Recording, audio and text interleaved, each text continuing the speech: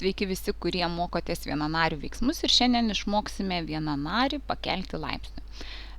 Lentoje užrašyti 4 vienanariai ir visi 4 nori būti pakelti tam tikrų laipsnio rodiklių, ar ne?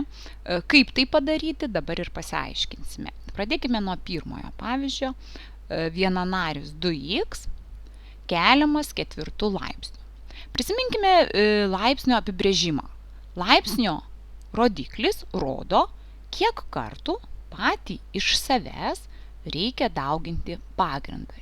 Šioje situacijoje laipsnio pagrindas yra vienanaris 2x ir štai šis laipsnio rodikliukas rodo, kad aš 2x turiu dauginti patį iš savęs 4 kartus. Tai yra, nuo laipsnio pabėgau per jo apibrėžimą prie sandaugos. Dauginti vienanarius jau mokėmės. Norint sudauginti vienanarius, reikia sudauginti jų koeficientus 2 kart 2 kart 2 kart 2 ir tuomet sudauginti raidines dalis. Tai šitoj situacijoje x kart x kart x kart x. Kadangi dauginti mokam, tai labai nesunkiai gauname, kad tai yra 16 x ketvirtų. Kodėl ketvirtų? Todėl, kad čia dar kartą priminsiu x1, x1, x1.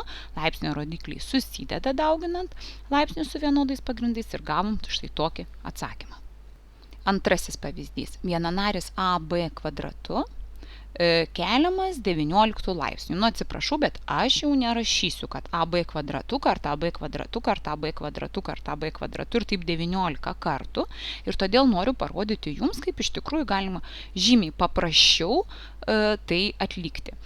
Norint vienanarį pakelti laipsniu, reikia kiekvieną jo elementą, kiekvieną jo dalelytę pakelti tuo laipsniu. Tai yra, reikia A pakelti 19 ir B antru pakelti 19. Šitaip yra žymiai paprasčiau, nes mes matėme, iš kur tai yra gaunama ir tikrai nereikia rašyti 19 kartų to vienanario, kaip prieš tai rašiau 4 kartus, ar ne?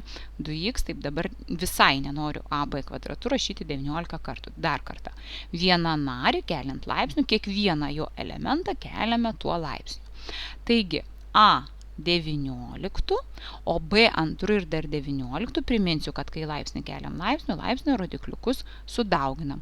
Tai gausime B 38. Štai toks trumpas užrašas ir atsakymas.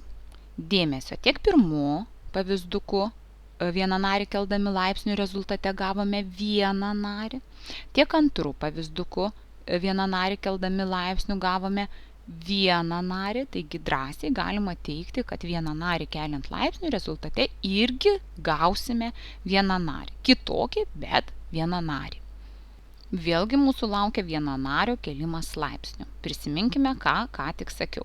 Norint vienanarį pakelti laipsnių, turiu pakelti tuo laipsniu kiekvieną jo elementą. Štai net sužymėjau. Taip, tai pirmiausiai -7 pakelsiu kvadratu, tuomet A trečiu pakelsiu kvadratu ir x taip pat pakelsiu kvadratu. O čia jau yra tvarkymas paprastas, elementarus, todėl kad laipsnis yra išeita, išmokta tema.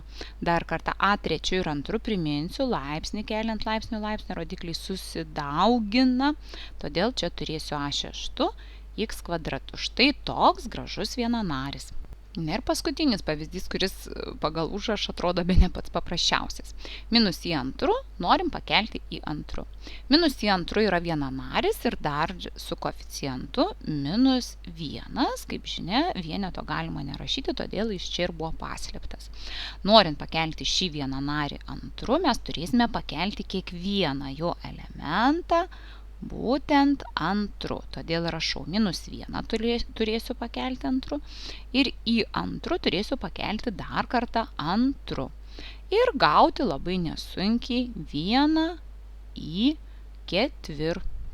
Vėlgi vienanarį kėliau laipsnių ir gavau vienanarį. Išnagrinėjome 4 pavyzdžius. Tai yra 4 kartus vienanarį pakėlėme laipsnių ir pastebėjome, kad vienanarį keldami laipsnių vėlgi rezultate gauname vienanarius ir paprastai tai atlikti vienanario kelimo laipsnių yra tikrai nesudėtinga ir manau iš šitų pavyzdžių įsiminėt, kaip tai daryti. Belieka palinkėti sėkmės treniruojantis. Iki.